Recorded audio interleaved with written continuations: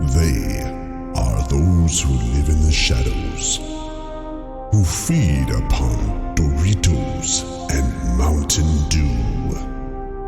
They take comfort in their dark habitats as they watch reruns of sci-fi shows long past. They are the Basement Dwellers.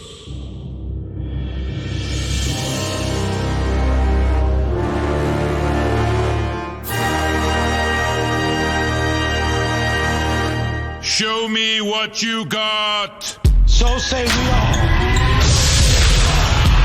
So say we all. So say we all. Indeed. Yes. This is a fertile land and we will thrive. We will rule over all this land and we will call it this land. Make it so. Join me. Together, we can rule the galaxy far from sun. I want to believe. We better get back, because it'll be dark soon, and they mostly come at night. Mostly.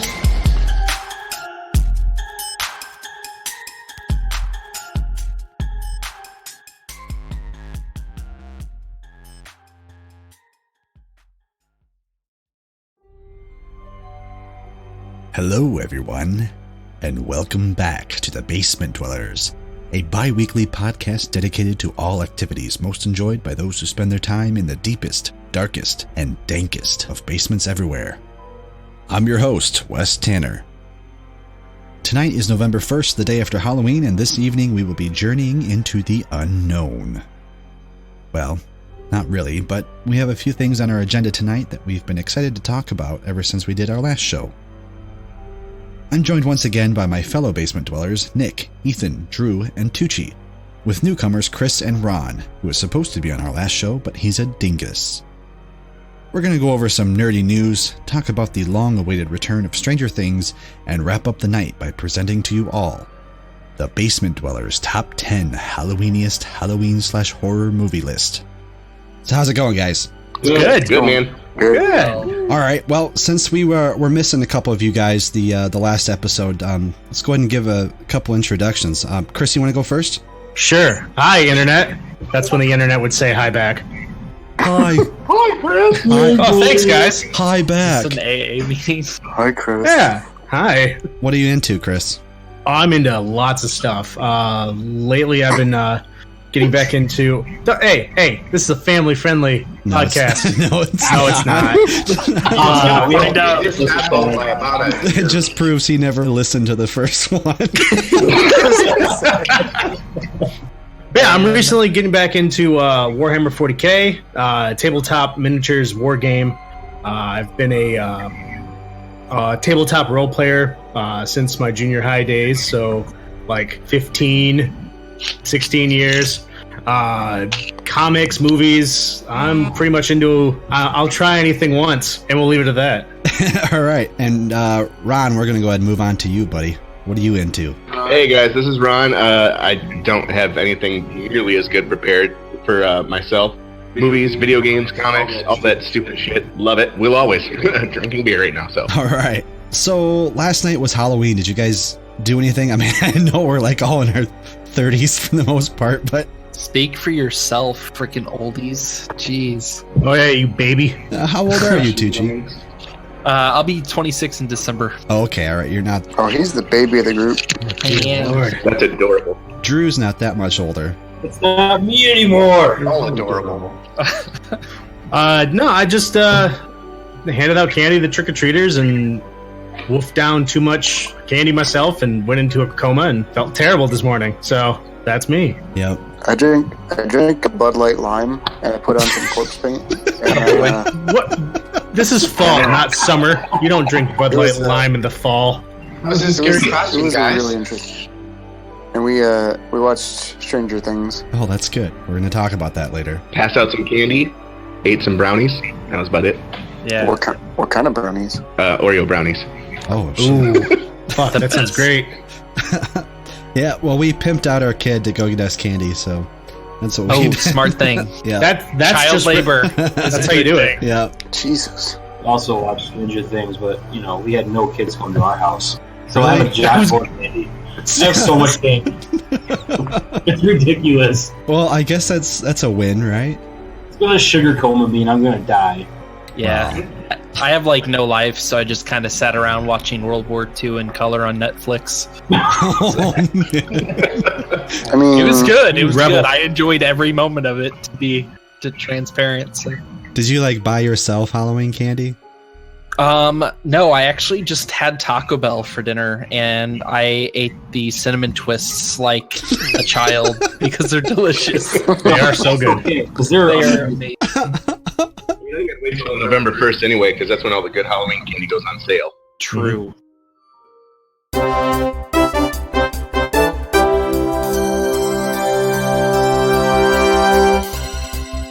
Now it's time to see what's up in the world of nerdy news.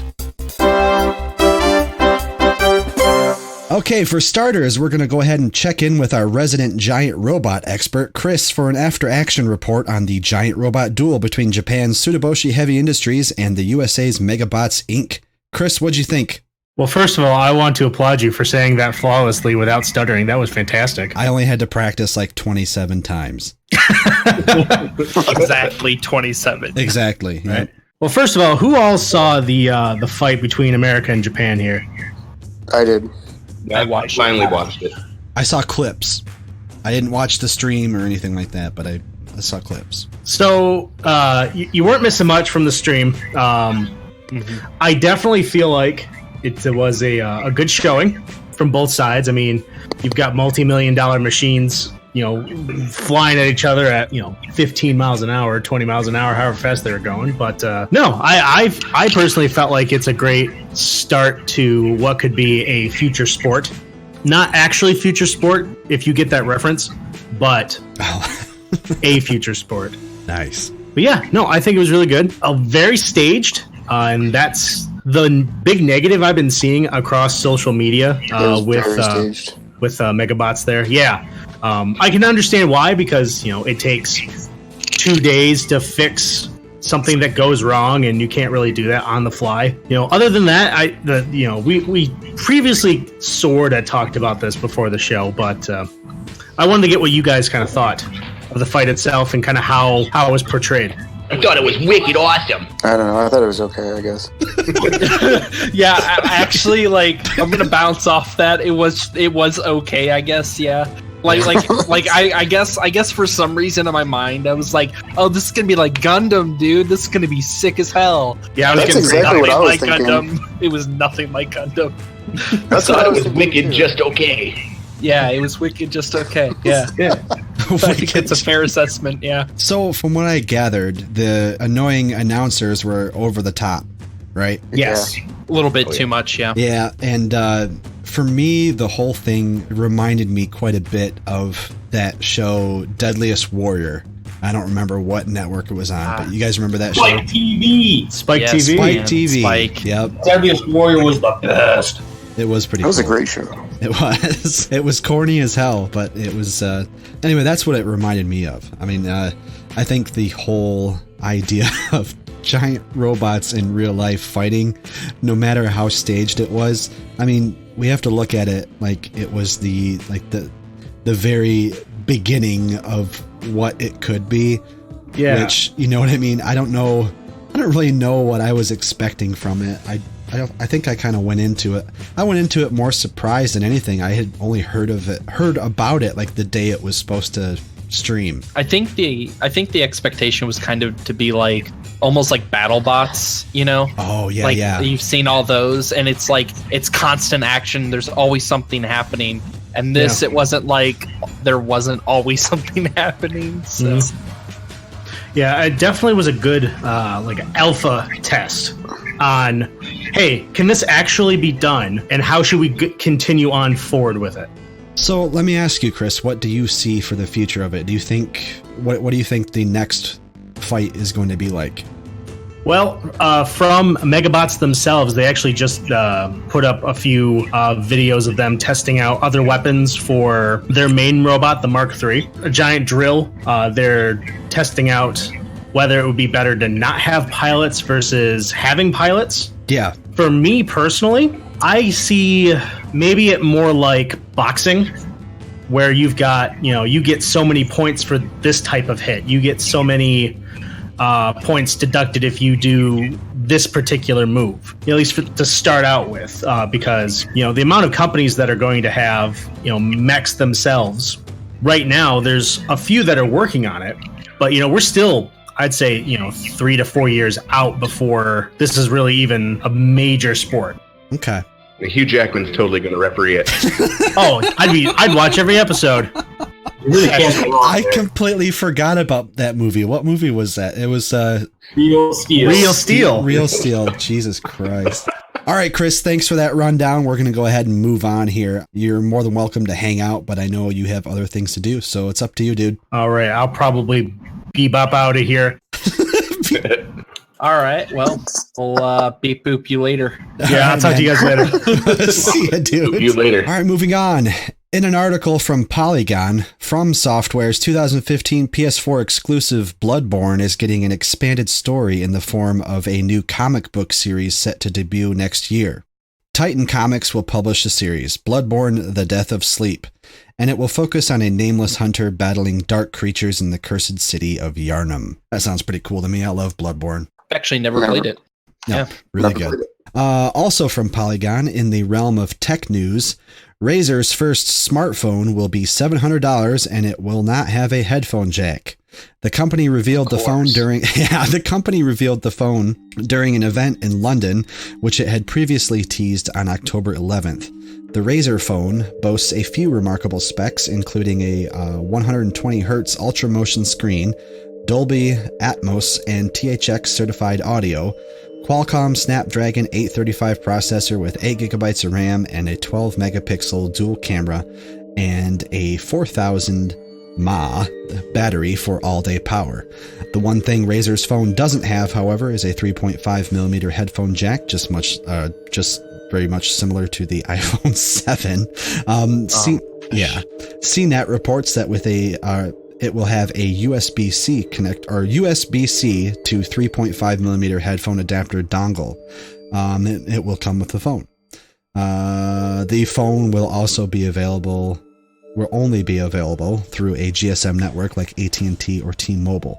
The Razer phone will be released on November 17th for $700, and you can purchase it directly from Razer or Amazon. That should be interesting. You guys know who Razer is, right? The company? Yeah. Oh, yeah. Yeah, they make scooters. I got their Siren Pro. Got their Siren Pro microphone, their keyboard, the Chroma Black Widow, and I've got a few of their items. I was gonna say I love their items. Yeah, they're pretty good. Yeah. Yeah. Didn't they make laptops recently? I was looking at one before I settled on Oh the yeah, one that they I had. have gaming laptops. Yeah. Yeah. They're wicked, just all right. I think the specs are actually really decent on them for laptops anyway. Oh yeah. Well, their price wasn't too terribly bad. It was just out of my range. Story of my life. Okay, we're going to move on to some gaming news. BlizzCon 2017, Blizzard Entertainment's annual gaming convention, is coming up this weekend on November 3rd and 4th in Anaheim, California.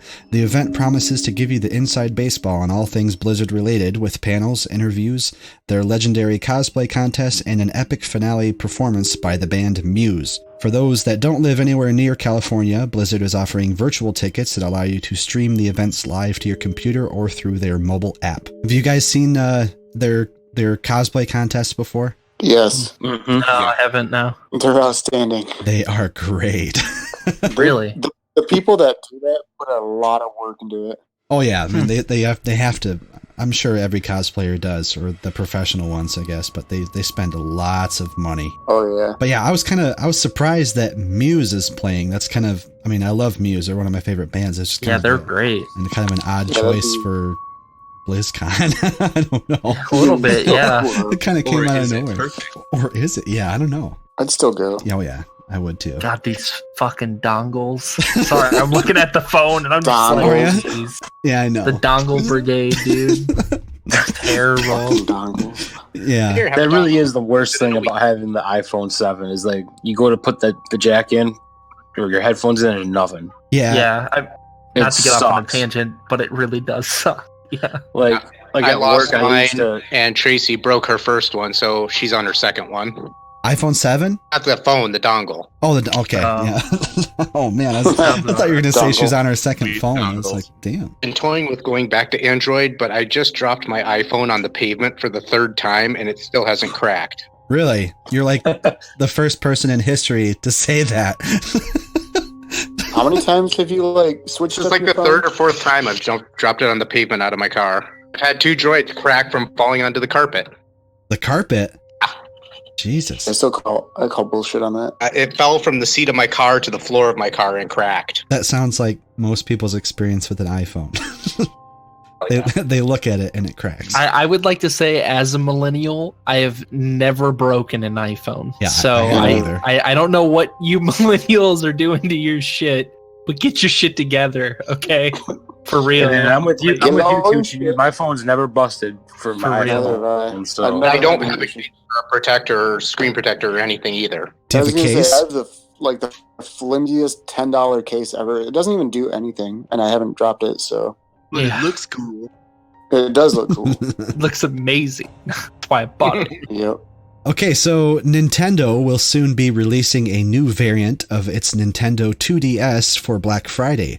A Link Green 2DS with orange buttons that comes with a copy of The Legend of Zelda Ocarina of Time 3D. The Link Edition Nintendo 2DS will cost $79.99. That's exciting. Yeah. That is cool. Yep. Yeah, I like the Nintendo DSs. They're good product. Telltale Games, the Walking Dead series, all 19 episodes published so far, is coming to PlayStation 4 and Xbox One as part of a single package titled The Walking Dead, the Telltale Series Collection. The collection, which will include a visual upgrade for previous seasons, will be released December 5th digitally and on disc, and it will be priced at $49.99.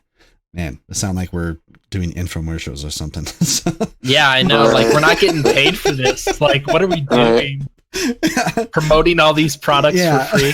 Jeez. I just thought it was... I thought that was pretty neat. If you, any of you, because here's the thing, the Telltale games are not just on consoles. I actually think they came to PC first. Did any of you guys play any of them? Like there's The Walking Dead, there's The Wolf Among Us.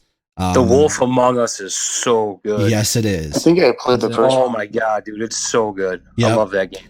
Yeah, that was kind of a weird mix for me. I wasn't sure I was gonna like it because it's all like.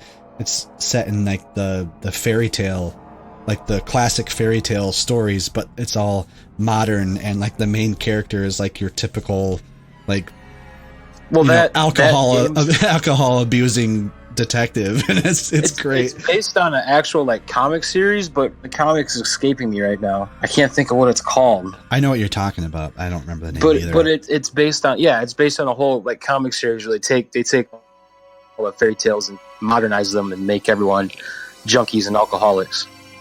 That's actually pretty cool. And they like swear profusely, and it's extremely violent too. It's great.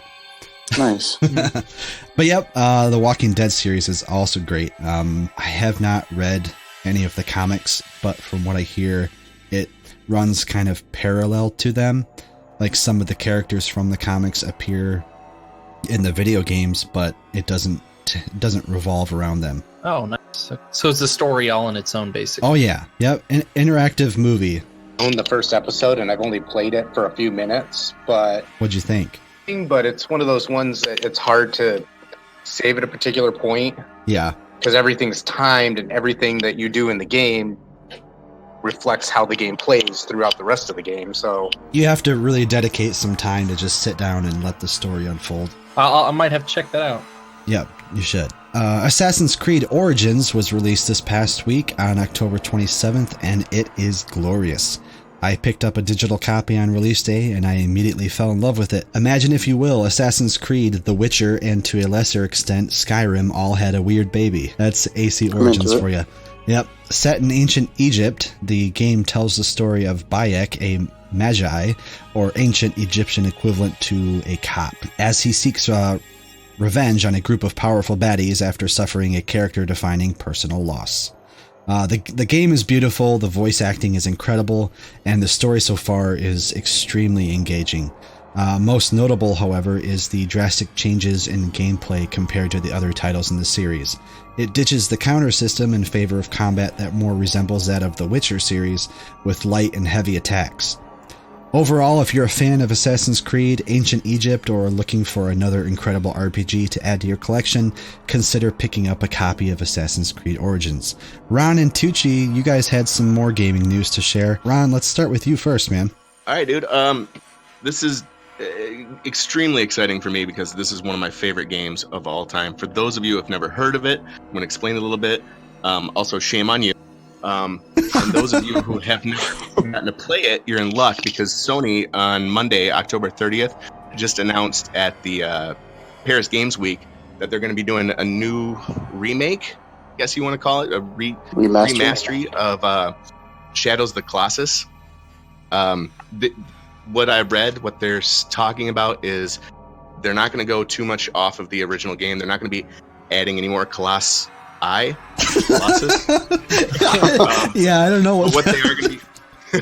What they are going to be adding is some optional control schemes and visual overhaul. And I read something earlier today.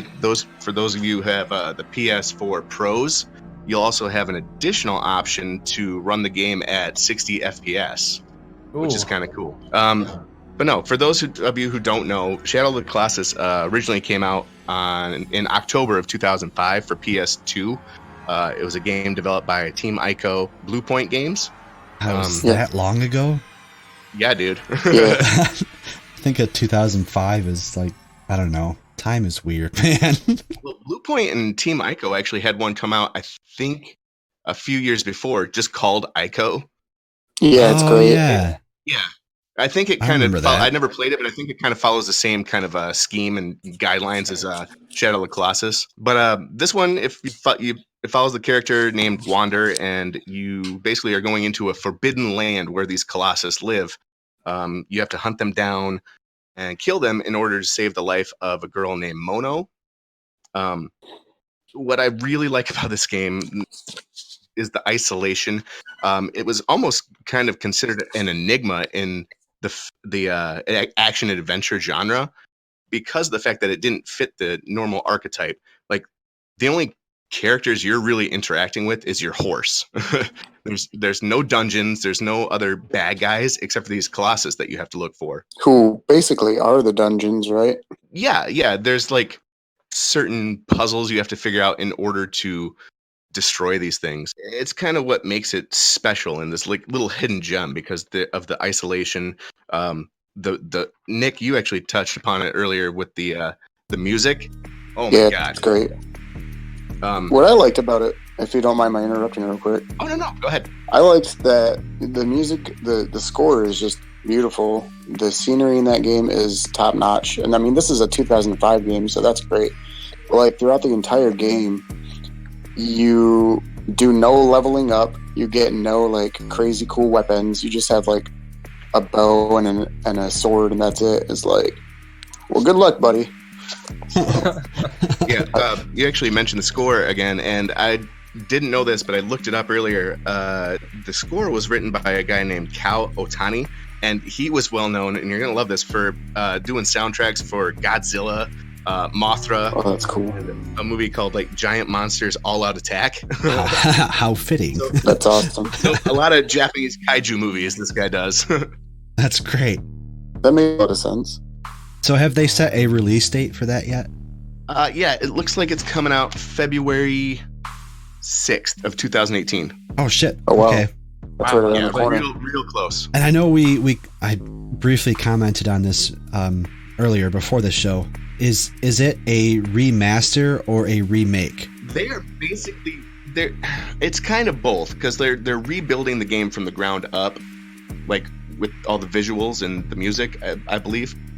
But they're not changing too much about it as far as the gameplay and overall feel of the game. Like they're not adding anything extra to it. I hope not. They're basically just rebuilding it to make it look prettier. I really hope they don't add too much more to it, because I mean, it was a gorgeous and really fun game in itself. I mean, exactly, and I think that was like one of the first games I actually played completely through till the end. Yeah, that's a sweet game, and the boss. I mean, the Colossus are really hard to beat too. I mean, there's like 16 of them, and you have to figure out a different way to beat each one. Mm-hmm. So now, is it like kind of like what's the God of War, where it's like quick time events, or is there how much strategy is involved with fighting the Colossus? I would say it's definitely a puzzle game meets an action adventure game. It's all real time. Okay. Yeah, real time, no button mashing. There's a lot of thought involved, because like the first Colossus you run into, you have to like scale up the side of his body and like hang on to these ledges that are built into his back, and then like get up to his head to stab him. But then you'll run into like a sea monster one, or one that flies. So each one is different and unique, and it's really cool. I think it's definitely a game worth checking out. Oh yeah, I'll keep my eye open for it. All right, Tucci, you wanted to introduce something. Oh boy. So yeah, I was all ready and stuff like about an hour and a half ago, and then like I hadn't saved the notes and my computer crashed, so that was cool. So I'm gonna try to do everything from memory here. Okay. So Call of Duty World War II. I'm actually personally really excited for this new drop. I've heard a lot of times you can only storm the beaches of Normandy so many times before it gets old, and I just haven't really hit that brick yet. I don't know what people are talking about, because who doesn't love, storming the beaches of Normandy and, killing Nazis and all that junk. So, a couple quick things about the game. When I was taking notes, I found out that a couple leaks came from the German market about the actual gameplay and what they are going to be introduced, and understand that things may have been lost in translation, and also, some of this information may just be whack. I tried to pick, reliable sources and such, but more or less, they're going to have a headquarters that mode that you can enter in.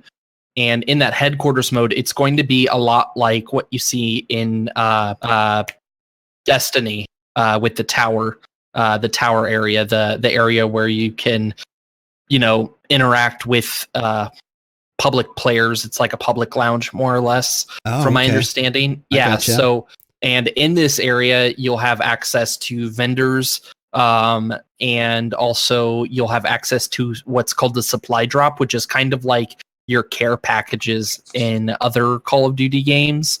But it'll be a little bit different, and more or less this area will allow you to activate your supply drop. And in that supply drop, you'll be able to see what other people get from theirs, and people will be able to see what you get in yours. And then also, from my understanding, they have they're focusing a lot on ranked this time around, the ranked multiplayer game gameplay anyways, and that kicks off on December 1st, because from my understanding, if you have the actual physical CD, the game is available to you right now, full access. So that means the multiplayer servers, the actual campaign, all of the different modes you actually have access to right now if you have the physical disc. For those that don't have the physical disc at the time of this recording, it's about 1 day and 7 hours out from being released. I am like on the verge of clicking buy now. Huh? Yeah, I am pretty jacked about this right now. I mean, just listen to the game over, or it's their campaign. It's kind of like on the box, like their promotional. It says Call of Duty World War II tells the story of the unbreakable brotherhood of common men fighting to preserve freedom in a world on the brink of tyranny. Players enlist in a gritty, intense journey through the battlegrounds of war. The campaign features bold, lifelike visuals with the kind of blockbuster cinematic authenticity that only Call of Duty can deliver. Well, we all know other games can deliver blockbuster type gameplay, but we'll let them have this. So But yeah, there's a lot of different things right now. Oh yeah, definitely. Like, this is it. And my thing is I already know from like a lot of the beta testing and stuff that's been released, like gameplay and all, that they're going to have like red dot type sights, which is kind of dumb. I almost wish they would stick more to like the actual how guns were back then. But I get that like the Call of Duty community would probably flip a bitch if they didn't have a red dot sight. So I get it. I totally get it, but I think it's kind of dumb. But they're also going to have a new, which is something I've been waiting for. And I haven't played Call of Duty in a while. I haven't actually bought a Call of Duty game since like Black Ops 1, like the very first Black Ops. Same here. Yeah, because I just like it got old. It was the same material every time, and I still couldn't play the campaign with my damn friends, which always pissed me off. But apparently, and I say apparently because I'm not sure if it's 100% confirmed yet, but they are, from my understanding, supposed to have a co-op campaign available. So that was a huge selling point for me.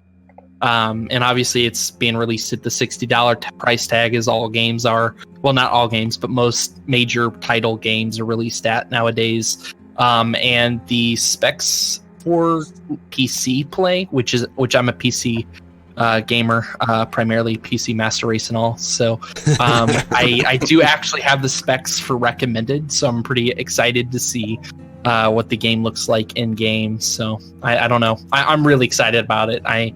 It's between this or Fortnite, and I haven't really made the decision yet. So, okay, guys. Well, we're gonna go ahead and take our first commercial break, and when we get back, we're gonna start our next segment where we talk about the new season, or at least the first episode of the new season of Stranger Things. Oh, I'm so excited! Hey, you nerd! Have you subscribed to the show yet? Now you can find the Basement Dwellers podcast on the following platforms: iTunes, Google Play, Podbean, and SoundCloud. Also, make sure to like our Facebook page where you can stay up to date on all the things. And now, back to the show. And we're back, and we're going to be talking about everyone's new favorite show, or at least should be their favorite show by now, Stranger Things. They're back for season 2, and we are going to talk about it, at least the first episode. So everyone got a chance to see it, right? If not, first you can episode, leave. yes. All right, who's actually done with the season already? I am. I'm on episode 5. I'm on episode 3. Sock. We made it to episode 8 last night. Oh, where we had to stop. So. Oh man, why did you stop? Wow. Getting up at 5 or 6 in the morning every morning really sucks. Yeah. Hey, you know what? It's okay. Just as bad, and you should feel bad. Yeah. Yeah, this weekend you're going to get an extra hour anyway. You should have just dealt with it. Yeah. Oh, yeah. That's true. Yeah. That's this weekend, right? Yep, the 5th. Yep. Okay. Daylight savings time. All right. You're welcome. Everyone that hears this Saturday, you're welcome. Yeah, remember the 5th of November. Oh, yeah. Remember. Good meme. Sorry. As far as this season goes, I mean, the first episode, I know for those of us who are like way ahead right now, it's going to be hard to kind of, I don't want, we're going to have I've got the notes up to make sure I stay in a line. We're going to have to approach this delicately to make sure we don't jump around. So yeah, I will kill you. Yeah. Spoiler alerts. No. Deal with all of this. And that's Nick, how this segment's all you because you're the one that's farthest behind. Oh, yeah. No, because I've only seen episode 1. Drew. Oh, Drew. What is wrong Drew, with the segment's all about you, buddy. Well, Yeah. I had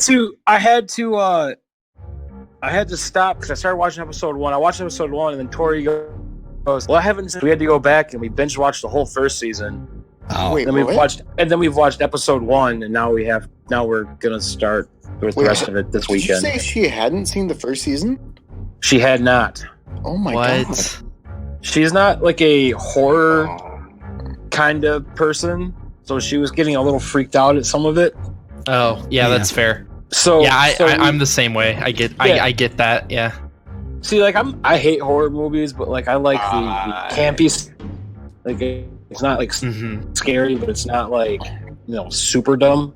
Dude, I don't know, that first episode where it just like where it kept teasing the scare jump, I was like, fuck you, TV, I know what you're trying to do. Like, stop it.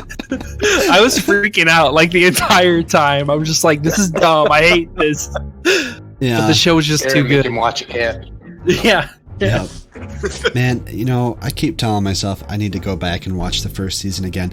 This season, it's kind of its own thing. Obviously it's connected to the first season, but it does anybody else feel like it's missing something that the first season had? There's definitely something that's not there. Not saying that it made it bad. Yeah. It just has a different I think it's feel a little to bit it. of suspense or mystery or something. Like when the first season was just like everything hit perfectly, like the odds of them doing that again were not maybe like super good. Like the first season's so good that our expectations are super high. See, I thought this season was actually a little bit better than this season. Really? I know the feeling you guys are talking about though, because I had that same thought about basically until the end, but once I watched episode 9, it really wrapped it around for me, and I think the biggest disconnect for this season is there isn't really a whole lot you probably aren't expecting. With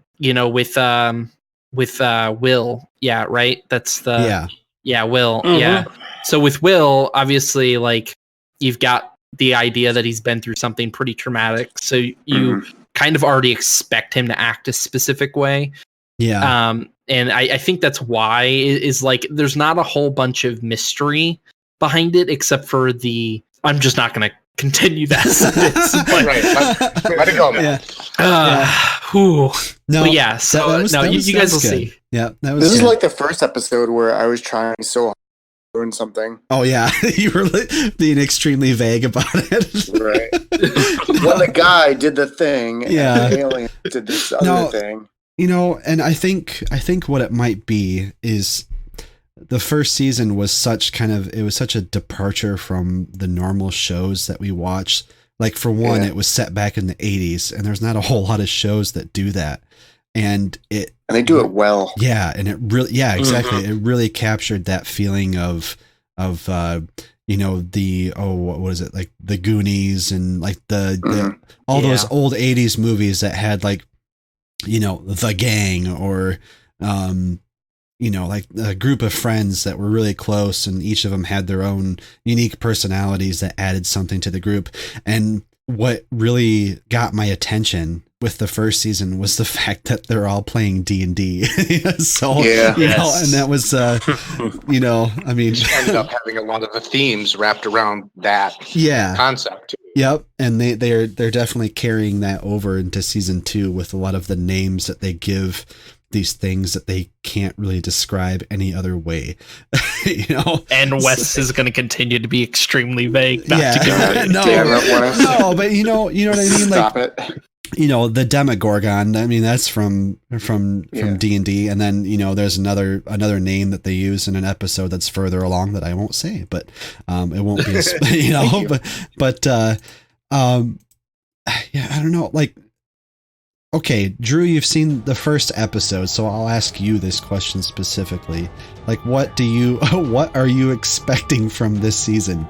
And the rest of us are either gonna completely shut our mouths or laugh. Which will probably give away a lot. Yeah. Regardless. So regardless of what you do. This will be interesting because once we're all on the same page, maybe next episode we'll revisit this and see what we thought about the whole season. But what are you thinking? I don't know. The first episode is what? It's Mad Max, right? Yep. Mm-hmm. So. Don't laugh at me already. You got it down, buddy. I forgot what it was called. I'm so far ahead. I've seen the first episode. I've seen part of the second, so I'm trying to remember what is it in which, so I don't, cross. Oh yeah. No, go ahead.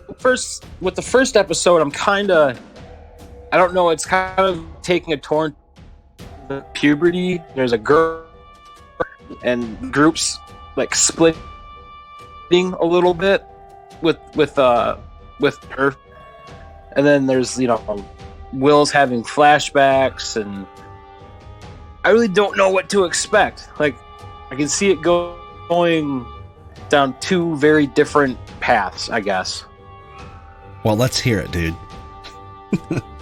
Not gonna let you get off that easy. Damn it, dude. Well, one of them is one path is looking like it's going to be more focused on them growing up as boys and young men, sort of deal with, there's girls and we like girls now, and there's that, and they're fighting over Max and all of that. And then the other path is going back towards the sci-fi horror part with Will dropping in and out of the upside down and whatever, it's giant monster and all of that sort of deal. That's pretty good, dude. I'll leave it at that. So, like, I mean, like, there's so much I want to tell you. I know. I'm more excited. I think I'm more excited for the sci-fi part of it than I am for the human aspect of it. That's what I really liked about the first season, because it was more of a like you said, we're a group of guys and we're me Gorgon, and holy shit, there's this girl and she has crazy powers. And now the first girl you're introduced to in this season is like, oh, and she's got boobs. It reminds me a lot of Monster Squad meets Goonies. What's Monster Squad? You never saw Monster Squad? No. I know someone mentioned that before. It's basically like a campy 80s. I don't want to call it a horror movie, but because it's not horror aspects to it. Yeah, but it brings to life like all those classic monsters like Dracula, the Wolfman, Creature from the Black Lagoon, and the Mummy. Yeah, and Frankenstein's monster, and it brings together like this group of misfit kids from this town. So that kind of brings in like the whole Goonies aspect. And that's what Stranger Things reminds me of a lot, like a combination of those two movies. Okay. What do you think of the new season, Nick, so far from what you've seen? I'm loving it so far. I'm loving it. Yeah. I'm loving it. Another non-paid ad. Damn it. Yeah. It's what am I doing to myself? I was almost really upset with the first episode, but me too. We're all there on the first episode. I was almost really upset until the end when they show 11, and I'm like, yes, yes. So I was almost mad because I was like, are they going to incorporate her into this season? See, I had already heard that she was going to be a part of it again. I didn't know how. Right. But so that part really wasn't like surprising to me because I was more just waiting for it. Right. I had no idea. Yeah, see, I knew that they were going to incorporate her too. I just thought they'd wait at least an episode or two, like 2 or 3 to get her in. He rose really quick there. Honestly, she's one of my favorite characters in the show. Oh man, I like Dusty or Dustin. Yeah, he's great. How can you not? Yeah, he's awesome.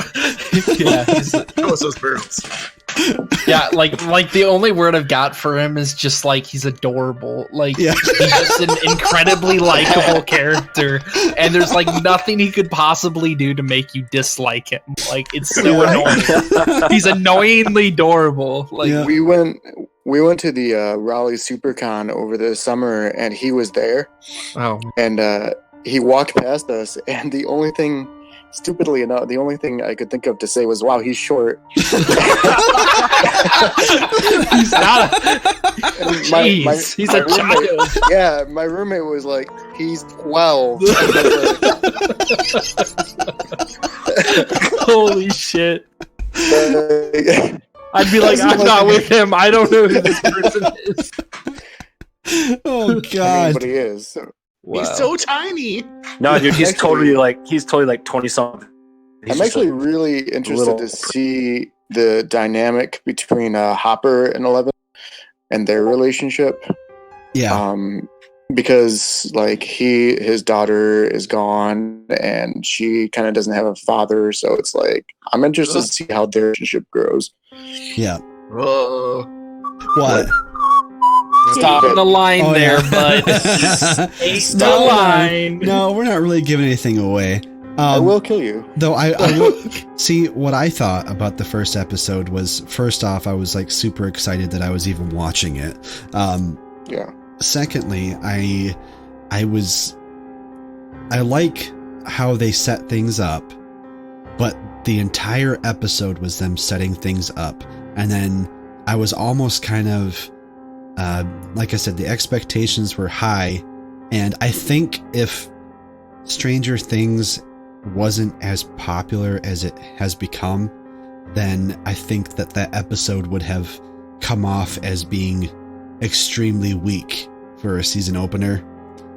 It wasn't until the very, very end of that one that it just immediately made me want to watch the next one, which, and I won't say anything more than this about the second episode, but the second episode is when things really started to take off. And after that point, I was like, okay, it's on. I'm going to... Yeah, it really had peaks. It went like episode 3, episode 6, and episode 9 are just like the peak primo, nice cut slices of steak, medium rare, salted to perfection. But yeah, I mean, all the other stuff in between. Dude. It's not really. I'm going to Taco Bell after this. You bet your balls. More free advertising. I'm for real. Yeah. Damn it again. Our next podcast, though, we've. If you haven't watched all of this by then, I say we just ruin it for whoever listens to, because I need to release. I need to release. Okay. But I mean, they're gonna have 2 weeks to watch all of this. Oh yeah, that's what I'm saying. They have more than enough time by the next time. I'm about to watch the next episode as soon as we're done with this. Yeah, all the normies I work with haven't watched it as far as I have, and I'm just dying to talk about it in full. That's right. Season 3 starts in a week, right? Right? Yeah, I wish. Yeah. Ethan, what did you think about it? Do you remember the first episode?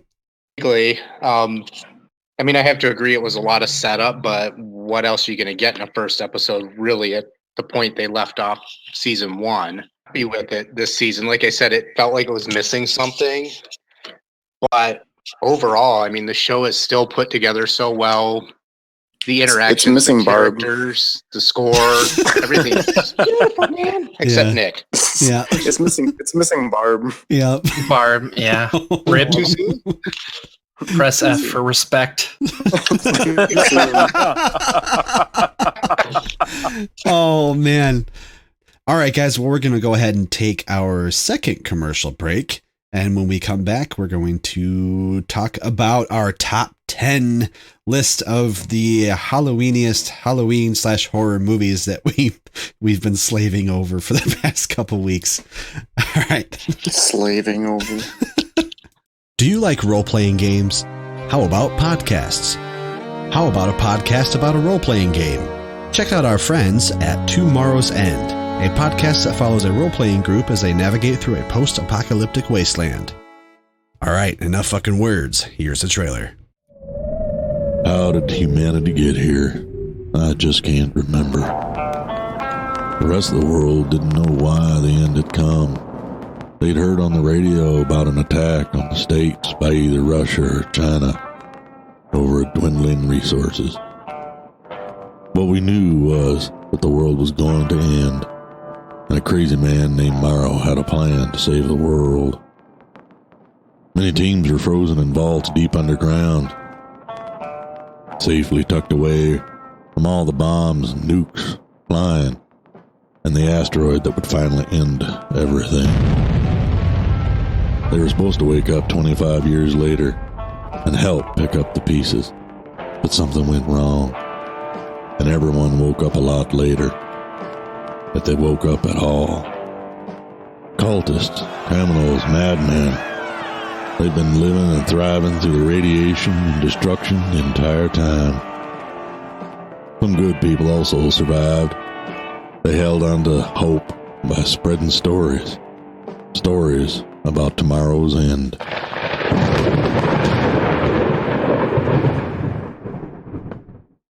And we're back again, and for this final segment, we're going to go ahead and go over the Basement Dwellers top 10 Halloweeniest Halloween / horror movies. There we go, I got it. So what we did over the past couple weeks is we decided, first off, we decided to do a list, and secondly, I had everyone of the group submit to me a list of 10 movies that they thought deserved to be on this list. And then once I had all those, we all took it to our group chat and we voted on a first final draft, I guess is the word you could. A greased up cage match. Yes, a greased up cage match. It was incredibly sensual. Battle Royale. Yeah. But we created a final list of sorts that we're going to read off, and then we are going to we're going to count backwards from 10 to 1. If we can keep that straight, and we're going to decide what movies decide in what order Jesus Christ. Talking is hard too. Words are hard. Talking is hard. We're going to count backwards from 10 to 1. Let's just leave it at that. So here's our final list in no particular order. The Nightmare Before Christmas, Hocus Pocus, Evil Dead 2, Beetlejuice, Nightmare on Elm Street, It's the Great Pumpkin, Charlie Brown, Trick or Treat, The Conjuring, Rocky Horror Picture Show, and Sleepy Hollow, the Tim Burton one. So let's start off with number 10 here. Out of those, who wants to put forward a movie to be number 10? You know what? Great Pumpkin, Charlie Brown. That'd be my vote too. What is wrong with you? Absolutely nothing is wrong with Do me. you have a soul? You know, the Charlie Brown specials, I like the Christmas one, but dude, the Halloween one is a little weak compared to the rest of them. Okay. Here's the thing. I don't really have much of a dog in this fight until the top 5. So okay. That's one of my 5. Okay. Damn. He's really triggered right now. Yeah, I'm super angry, salty, like this steak I want to eat. Oh, but Jesus. I'm going to keep talking about them steaks. Okay. Well, what do you think should be number 10? Oh, see? Top of the top 5 that I'm talking about. So. What do you think should be number 10? It doesn't matter because it's going to be The Great Pumpkin. I only know 5 of these movies, so my input isn't really valuable until we get higher up. All right, so number 10 is Great Pumpkin. Yeah. Yeah. Okay. Fine. We're all in agreement. All right. Fine. Yeah. All right. Moving on. Okay. What comes before 10? It's 9. All right. Number 9. What do we got left here? Anybody keeping track of this? Everything? No, I mean, no. I mean, as far as what we've picked already. I'm gonna write it down. Fuck you guys. We've only gone to 1. I'm aware. The pumpkin. Charlie Brown's. The pumpkin. The pumpkin. The pumpkin brown. There we go. Okay, that's number 10. All right. Charlie's Pumpkins. Yep. And oh yeah, you know what? I forgot to mention the whole reason why this list is the way it is because these are 10 movies that we all had multiple picks on the different lists that we all submitted. So really it kind of narrowed things down because between all the choices that everyone picked, a lot of the same movies appeared on everybody's list, so that made it to the final list. So anyway, number 9. Number 10 is the fucking pumpkin. So the fucking pumpkin. That is the XXX parody of Charlie Brown. Fucking pumpkin, Charlie Brown. Okay. So number 9. Let's see here. What do we got left? Anybody want to weigh in on this one? Well, no, not if I'm going to get yelled at by Tucci. I will yell at you if you pick any of the ones I know. I promise you that much.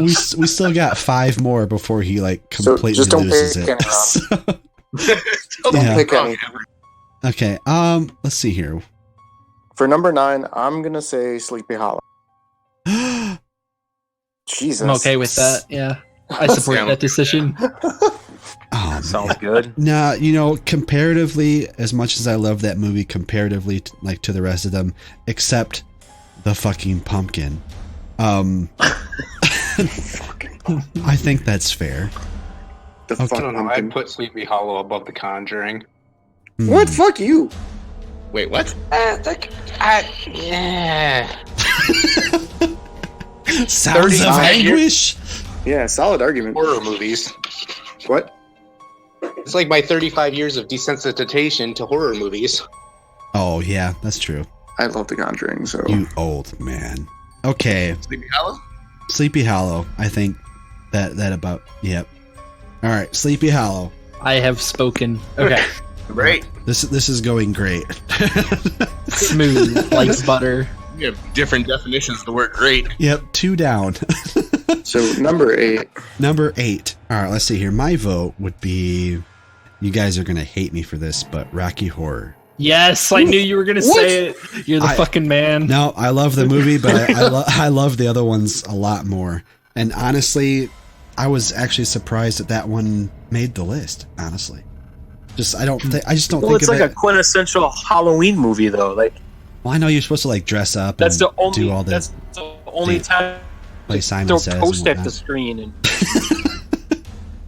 Okay, all right. Also, Rocky Horror got multiple votes. Sleepy Hollow, we all decided after the lists were in. Oh, the pity vote? Mission. Yeah. Yeah, we're like, we have 9. What do we do with number 10? I think what he was saying was when we went through and made our list, we only had 9 movies on it that we had all, multiple times. And so number 10 was like, we were just talking about like, oh, I watched Sleepy Hollow today. And then everyone went, oh yeah, I've seen that. Okay. And then it got it on the list. Well, it's vote, yeah. Yeah, it's already at number 9, so it already did. Yeah. So. Yep. Maybe I should have pushed harder for Charlie Brown. Damn. All right. So number 8. What do you guys think then? If not Rocky Horror. I'm gonna say Nightmare on Elm Street. Okay, throwing a new one in here. I'm gonna say Nightmare on Elm Street. Anybody else? Are we talking about the first one? I think so. Yeah, original. Yeah. Right, original. Yeah. Okay. Yeah. Let's say Nightmare on Elm Street for number 8. For number 8?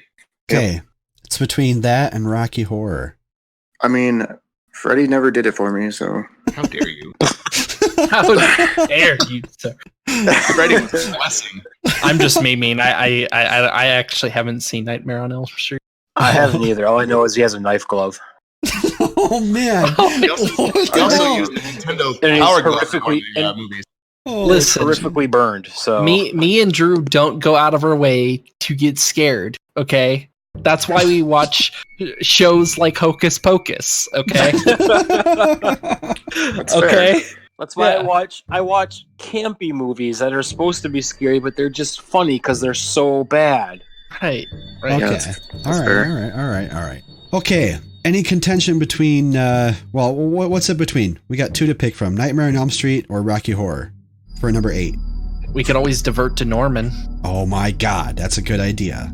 Do we have it? Yeah. Jesus. All right. By the way, so roll D4. Roll D4. Roll D4. Hold on. 1 and 2 is Rocky Horror. 3 and 4 is Nightmare on Elm Street. Okay, that's a good idea. No, we should just do it this way for the rest of them. No, only if there's like a dispute. By the way, guys, to those of you listening, Norman is the name we have bestowed upon our dice rolling bot in our Discord, which the information to join our Discord will be provided or has been provided depending on when I choose to, what commercial I chose to put it in. So that information will be on there as well as our Facebook page at a later time. So look forward to that if you'd like to chat and yeah, you can waste you half your day role playing with these guys. Yeah, so I mean, we've done all kinds of stuff. Not to go on a tangent, But yeah. I mean, join us. All that stuff. We play games and such. At least us that have computers. Yeah. Okay. What was the results of that one? I'm still looking at the list. So we rolled a 3. That was Rocky Horror. Rocky Horror. Okay. Rocky Horror is going on number 8. Rocky Horror. Okay. Good job, Norman. There we go. He finally did something right. Yeah, piece of crap. Well, I'm gonna disagree with you there, but the dice have spoken. Yeah. The dice have spoken. Okay, so lucky number 7. Nightmare on Elm Street. Nightmare on Elm Street. Sounds pretty unanimous, I gotta Does say. sound good? Yeah. All right. There's no argument there. So number 6. Number 6. Hey. I would say. I never saw Trick or Treat, but Oh, dude.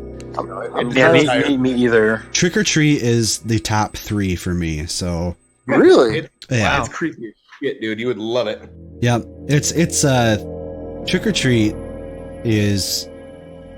It's kind of campy, but it's one of those movies that has like 5 different plot lines going at the same time that all converge together at once. But it's all these different, typical Halloween scenarios, but I don't know. It's really hard to describe. It's kind of its own unique thing, which is why it's awesome. I'll have to give it a watch. So it's definitely a Halloween movie. Yeah, definitely. Yeah, you just saw it, didn't you, Ethan? Yeah, a couple nights ago. Okay, so number 6. My vote. I'm okay with fucking Trick or Treat at number 6. Trick or Treat? Fuck you. I'm also saying Trick or Treat. Ooh. Fuck you. I'm gonna say Conjuring was my top 3, so. It's definitely my top 5. I fucking love that movie. It's definitely not on my list. Trick or Treat or Beetlejuice?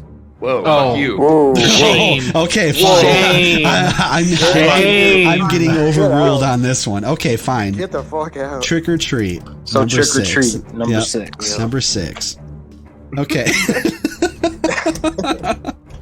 I was about to freak out on you, Wes. I like how we all got our torches and our Yeah. pitchforks and we're after Wes. Like, shame on you, sir. I above the top 7. Oh, no, fuck you. You're not changing that one. Hey, no, fuck you, man. I could just mute the whole goddamn server and talk the rest of this out myself. So we're on number 5 completely now. I tyrant feel like this it's gonna bitch. get really cut through. Okay, all right. We're at the top 5 now. So number 5. What do we got left? Number 5. Is Beetlejuice number 5 worthy? Yeah, I'd say it's number 5. Yeah, it's at least top 5. Yeah. Right middle of the road? Yeah, I think that's fine. I think 5 is fine for Beetlejuice, yeah. Does anybody strongly disagree with that? No. No argument here. No? All right. Number 5. Beetlejuice. Beetlejuice. Wow. Whoa. Number 4. Number 4. Calm down. It's getting spicy in here. It's spicy. My vote for number 4 is Evil Dead 2. I was just going to say that. What are you thinking, Nick? I was gonna say Hocus Pocus.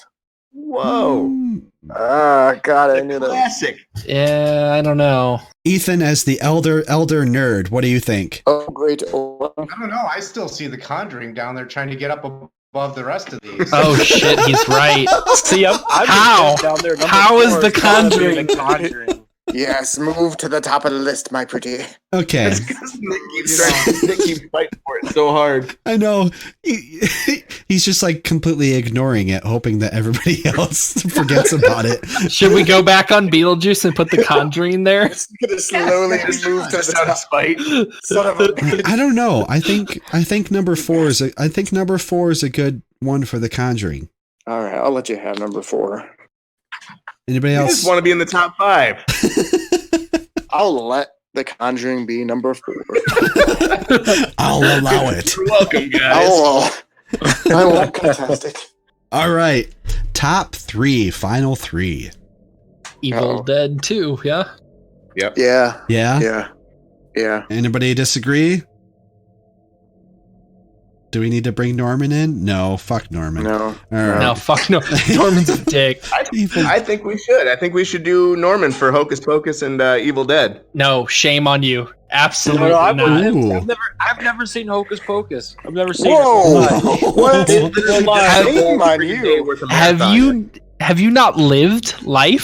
I spent the very formative my years in church. So Yeah, I did too, Drew, but I still saw it. It's like a Christmas story for Halloween. So like our Halloween tradition was we'll go get candy and then we'll watch Charlie Brown and then you'll go to bed. Now Hocus Pocus, what a fool! It's a bit anticlimactic. I know. We get the candy. You well, fool. between the churching and the diabetes, Halloween was not a big holiday. Touche. Yeah, I guess it's fair. Drew, does it? Here's some candy that'll kill you. Drew, does it hurt your childhood? Like right in the childhood that we put your like only experience in Halloween when you were a kid at the bottom All of the way our down list. at number 10.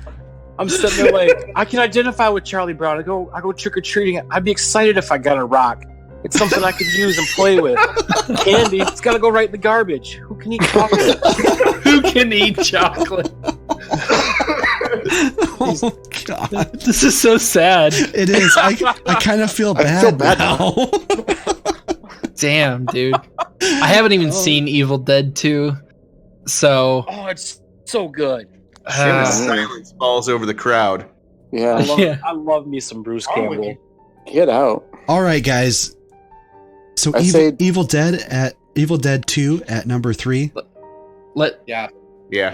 Okay. All right, guys. Well, that brings us to the final two. So whatever we pick for this one means the other one wins. Hocus Pocus is number 2. Yeah, there's no challenge. No contest. Sorry, there's no challenge. A challenger appeared and got smacked the fuck down. Yeah. All right. So that Tell them leads. why this happened too. Okay. Well. So obviously, by process of elimination, which I think really we all kind of intended this movie to be number 1 to begin with. Oh, yeah. But Nightmare Before Christmas. That is our number 1 movie. That is our number 1 Halloweeniest Halloween / horror movie of 2017 and probably all time. So, give it to me, Daddy. Yeah. Such a good movie. It really is. It deserves all the credit it gets because it is a fantastic movie. Yep, and we had We'll talked. see it again in December on the Christmas list. Exactly. Absolutely. Right. You bet. You bet. It's good for 2 So to recap, we have number 10. The sorry, I put the fucking pumpkin, but it's the fucking pumpkin. Yeah, number 10. It's the Great Pumpkin, Charlie Brown. Number 9, Sleepy Hollow to Tim Burton version. Number 8, Rocky Horror Picture Show. Number 7, Nightmare on Elm Street, the original. Number 6, Trick or Treat. Number 5, Beetlejuice. Number 4, The Conjuring. Number 3, Evil Dead 2. Number 2, Hocus Pocus. And our number 1 movie is Nightmare Before Christmas. That's yeah, I mean, do we have any honorable mentions though? Oh, Out yep. of curiosity. Yep, we actually have runner-up lists. Let me pull those up. So as we start to wrap things up for the night, I will go ahead and read the lists that all of you sent me, and we can talk about those as well. So starting off with Drew's list, he put Evil Dead 2. He put Army of Darkness as 3. Isn't Evil Dead 2 Army of Darkness? Isn't that what it's called? Yes. No. It's Evil Dead 2, and then Army of Darkness is number 3. God damn, I'm a bad nerd. The same movie, but Okay. You shut your mouth. it's true. Okay, I thought he was just trying to be lazy. Also, my list is in no particular order. I had to come up with 10 Halloween-y horror movies that I've actually seen and liked. So, okay, that is what my list is. There's no. That's all right. It's a good list. Rhyme or reason to it. The next one is an absolute gem for those who haven't seen it. Tucker and Dale versus Evil. Jesus Christ, it's such a good fucking movie. It's so good. It's so good. So imagine those of you out there, imagine if you haven't seen it anyway, imagine a movie where you have two guys that are witnessing these gruesome deaths around them, and they think that they are the victims when they are actually like being portrayed as the bad guys. That'd be pretty good to watch. Yeah, it is. It's a good one to watch. It's more of a. Chuchi, have you not seen it? I haven't. Oh my god! Oh man, what a great fucking movie! You'd love it because for one, it's not scary. It's gory, but it's not scary, and it has Alan Tudyk in it. Yeah, it's not a scary movie at all. It's very funny. Okay, so the rest of Drew's list is Nightmare Before Christmas, The Cabin in the Woods. That's the Joss Whedon one. I always get that confused with Cabin Fever for some reason, which was horrible. But Cabin in the Woods, awesome. Zombieland, which it's a pretty good. That's a good one. It's a good horror movie. Okay, Mystery Science Theater 3000, Manos Hands of Fate. That's what he put down. And it's a Halloween movie. We'll take your word for it. I love Mystery Science Theater. Agreed. Yeah, it's great. Yeah, definitely. Let's see here. Then The Prophecy. I don't know what that one is. Drew, what is that? That is Christopher Walken, man. What a great movie. That's playing Gabriel. Yeah. Really? That's a great trilogy. It is amazing. It's good. And then, of course, it's The Great Pumpkin, Charlie Brown. That was Drew's list. If it makes you feel any better, it was even at the bottom of my list. Yes, it was. Well, that's okay. That's all right. So moving on to Ron's list, he put down the original 1978 Halloween, Michael Myers. Huh. I don't know why not many more of us picked a Halloween movie for our Halloween list. Touche, yeah. But then, of course, Nightmare Before Christmas, Ernest Scared Stupid. Get the fuck out. No. Who picked that one? That's Ron. That's your brother. Fuck you, dude. Fuck you. Ernest Scared Stupid is the best. Oh, fuck that. I'm mad that it didn't make it to the final list. I still can't watch that movie to this day. Really? Yeah, it's too scary for you, Nick? Yeah, the fucking trolls are terrifying. Oh my god. As long as you have some Miak. You know what I mean, Vern?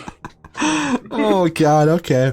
Then Hocus Pocus, Trick or Treat, It's the Great Pumpkin, Charlie Brown, Rocky Horror Picture Show, The Witches. What's The Witches? What? No. I just need to know. There's lots of late 80s movie where a little boy goes on holiday and basically it's a huge gathering of witches. And I think they end up turning the children into mice to eat them. Yeah. No, that's actually a really good one. It's good. It's got creepy, but it's got some laughs in it too. Is it it's not a kid's movie, is it? It's not. Is it? I mean, it's got some scary parts if you're a kid, I guess. Wow. So basically, Drew and Tucci don't watch it. You go eat a dick. Bite me, bro. 1v1, 360 no scope you. Promise. Oh man. Excuse me. What he meant to say was fight me IRL. Yeah. Oh yeah. I never meant to say that because I don't fight IRL. Well, you're going to today, son. I'm a pacifist. 2v1 handicap match, bro. 2v1 get the baby Who's oil. the handicap? I have diabetes. I get a placard. Oh yeah. Oh man. Okay, the last two on Ron's list were Nightmare on Elm Street and Frankenweenie. Damn, man, that's a good one. That's a good one, yeah. I know. All right. I know. All right, here comes Tucci's list. You guys are gonna fucking hate me. My Little Pony. Non-horror movie watching motherfucker. Fight me. The Nightmare Before Christmas, Hocus Pocus, Halloween Town. Oh my god. Is that a Disney Channel movie? Yes, it is. Damn Skippy. Okay, I'll allow it. You're so proud of me. Oh, Casper. How could you not like Casper? That's what are you, like 5? We're not Shut up. He's the I am a child at heart. Okay. Oh man. I may have the body of an overweight man, but I am a child at heart. What is Drew? Oh, it's okay, man. We're here together. We're all in this together. Yeah. All right, and then Harry Potter. Hell yeah. What? Harry The Potter's Sorcerer's awesome, Stone, bro. man. Fight me. Did you even try? Of course I tried. These are the movies that are Halloween related that I've seen. These are the movies that scare him. Don't judge him. I almost put Scream on there actually, Oh, but man. the only reason I didn't is because I have PTSD because my father made me watch it as a child. Oh man. You chose Halloween Town instead. Yeah, I did. That is actually the movie that took that spot. It's Yeah. like that one only made me pee my pants a little bit. I felt safe. All right. Then after Harry Potter is Beetlejuice, Gremlins, good one. Yeah. Fuck you. That's right. Yeah. Good one. He put No, I have nothing to say about that. he it's put Stranger Things, Michael Jackson's Thriller. Oh my god. Hey, it's a 12-minute mini movie, okay? Watch the entire thing. It's got a story. Does Michael Jackson scare you? No, it's just it's a Halloweeny type fucking mini movie. It's about zombies for fuck's sake. Okay, man. All right. Yeah. We only got one more on Tucci's list. It's Ghostbusters. Oh, I forgot to put I probably am an actual movie that could take the place of like Stranger Things or Michael Jackson's deal is Shaun of the Dead. Oh, yeah. Okay. That's a good one. I totally forgot to mention that one, but yeah. All right. You And that's in no particular order, by the way. Like I just threw out movies that I was like, oh, I've seen that, and that's like, you know, really stuff really related to reaching for this. Halloween. Yeah. It was good though. Like I like every single one of those. So fight me, you know. Come at me, bro. Yeah, come at me, bro. All right. Just when they come at me, I'll curl up like a little ball. Cry. And piss yourself. It's the best defense mechanism. Yeah, just pee and poop myself. Just yeah, pee. Make myself as unattractive as possible. For sure. Oh man, Not that I'm not already super unattractive. Oh man. no one wants to beat up a guy that's pissed himself. All right, let's see here. On to Nick's list. The Possession, which I just watched that. Nick, that was a great suggestion. That's with Right. oh god, Eric Bana, right? No. Are you sure? No. No, you're not sure, or no, I'm completely full of shit. Are we talking about the same movie? I think we're thinking of two different movies. The Dybbuk or no, Jeffrey Dean Morgan. What the fuck am I thinking? I was thinking of there's another one where Eric Bana's the in Possession New is York. wait. Yeah, The Possession was with Jeffrey Dean Morgan, and he buys his daughter a Dybbuk box, which is like a Jewish golem spell type deal. Yeah. If you guys haven't seen that, that was actually a really good one. It might be too scary for some of the kids in the group, but okay. Tucci, looking at you. Wait, I'm sorry. I totally missed that. What was that? Never mind. Were those fighting words? No, were those fighting words? Yeah, I don't want to have to listen to the podcast and learn that I have to hate you. You should just tell me now. No, you saying it's a scary movie, so don't watch it. Oh, yeah. Wasn't planning on it. Don't worry. Okay, after The Possession is The Conjuring, Nightmare Before Christmas, Let the Right One In. That's the actual Swedish version, right? Yes. And the American remake was Let Me In, wasn't it? Yeah, it was okay. Yeah, it was okay. I did like the Swedish version. Yeah, Swedish version is really good. It's Yeah. about vampires. Yep, it was good. Then Corpse Bride, another good one. Anything Tim Burton, I guess, would be Halloween. Doesn't matter what it is, really. But yeah. Mm-hmm. Addams Family. Damn, that's a good one. Oh, that's good. Yeah. Did that make my list? Yep. Did you not mean it to? I don't. I just don't remember. Oh, okay. Then you have The Void, which is a newer one. You want to go ahead and describe that one real quick? Yeah, it's very Lovecraftian. It's very Cthulhu-esque. Just a lot of crazy shit goes down in a town with people.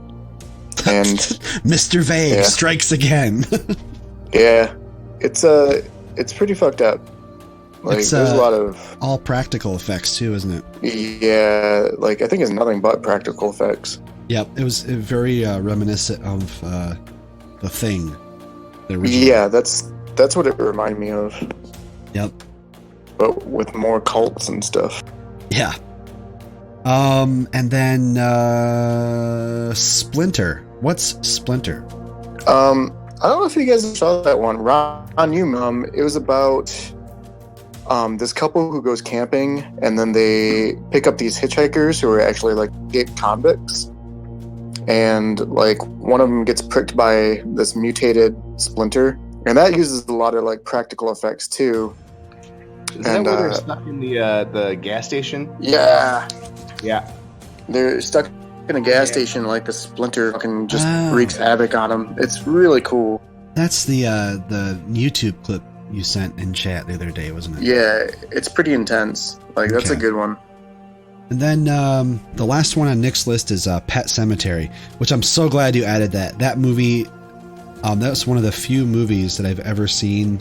I watched it when I was little, but that gave me like, lasting nightmares. I don't know why, too. but like that was one of the few movies that gave me lasting nightmares. Really, any of the Stephen King movies that came to life were excellent. So okay, I'll have to look that one up. Moving on to Ethan's list: Nightmare Before Christmas, Hocus Pocus, Beetlejuice, Evil Dead 2, What We Do in the Shadows. Which one is that? Yeah, what is That's the vampire documentary one. I don't think I've seen that. Oh, the New Zealand one? Yeah. Yeah. So good. That is good. That's a good one. Is that on Netflix at all? No, I don't think it is. I don't think it is. No, but if you have like Amazon Prime, I know it's on there. Oh, yeah, that's where I watched it. I got that. All right, I'll have to add that one. Is it okay when you say vampire documentary? Is it like a mockumentary, or is it like an actual documentary on people who think they're vampires? No, it's a movie that pretends to be a documentary. It's a comedy. It's good. Oh, is it? It's It's got Jermaine Clement in it. Flight of the Conchords? Yes. Yes. Yeah. Okay, cool. All right. Just want to make sure I knew you were talking about. All right, I'll have to check that one out. Shaun of the Dead. Ethan added that. That's good. Nice. Rocky Horror. Yep. Nightmare on Elm Street. Night of the Living Dead. That's a good one. That's classic. And then his last one is Invader Zim, Halloween Spectacular of Spooky Doom. Never seen it. I was having a hard time thinking. Shut up. That should have been Sleepy Hollow. All right. All right. And last but not least, my list. I had Sleepy Hollow. The Babadook. You guys see that? No. I saw it. I didn't really like it. I loved it. That one's more atmospheric horror. If there's a movie that makes me not so much jump, but like gives me goosebumps and like makes me like really tense, and I don't know how to describe it. I guess goosebumps. Ron, did you say you didn't like it? What's that? Did you say you didn't like the Babadook? Did not. I think it was the kid. I did not like the kid. I don't know if it was just his acting or him himself. I just did not like him. I wanted to punch the kid the entire time. Yeah, Ron it ruined like the movie kids. for me. Oh, that sucks. I mean, I liked the movie regardless, but Yeah, it's a good one. And I believe it is on Netflix. So those of you listening, if you want to check that out, it's a good one to check out. Then Hocus Pocus, Trick or Treat, The Conjuring. And I think I was the only one to put these down, but An American Werewolf in London and Paris. I put that kind of as a combo deal, but either one of those. Yeah, those are good. I like creature horror. Then Nightmare Before Christmas, The Exorcist, It Follows, which you guys have seen It Follows? No, but Ethan was talking about it. Oh man, that's probably one of the better horror movies. Oh my god, it's so intense. It takes a little bit to kind of figure out what's going on, and the whole plot hook and the whole reason behind the whole plot line is kind of based on a very ridiculous notion, but when you really think about it, the implications of it are pretty intense.